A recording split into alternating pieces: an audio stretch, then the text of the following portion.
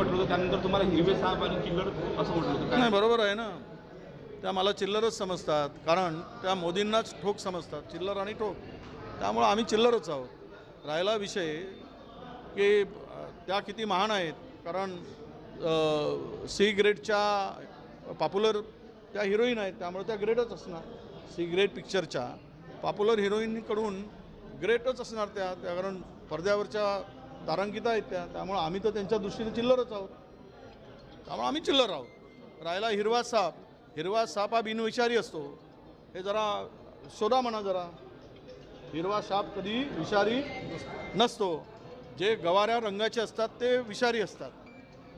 गवार कलरचे गवाऱ्या तर ते विषारी असतात. त्याचाही अभ्यास करून घ्या, त्याचं उत्तर त्यांना मिळेल.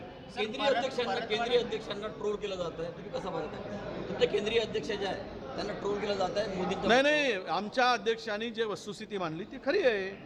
हे आमचे अध्यक्ष एका म्हणजे दलित समाजाचे आहेत म्हणून त्यांना ट्रोल करताय. आणि सुब्रमण्यम स्वामींनी तुमच्या पंतप्रधानावर वाटेल ते बोलले, तर महिलांबद्दल बोलले, पंतप्रधानावर बोलले, तर त्यावेळेस तुमचं तोंड का शिवलं होतं? कोणी शिवलं तुमचं तोंड? तुमच्या तोंडाला कोण चिकटपट्टी लावली? त्यावेळेस तुम्ही का बोलत नाही? तुमच्याच पक्षाचा एक नेता महिलांचा अवमान करतो, महिलांच्या असणारं वाटेल ते पंतप्रधानाचं नाव घेऊन बोलतो, त्यावेळेस तुम्हाला काहीच वाटत नाही, त्यावेळेस लाज वाटत नाही.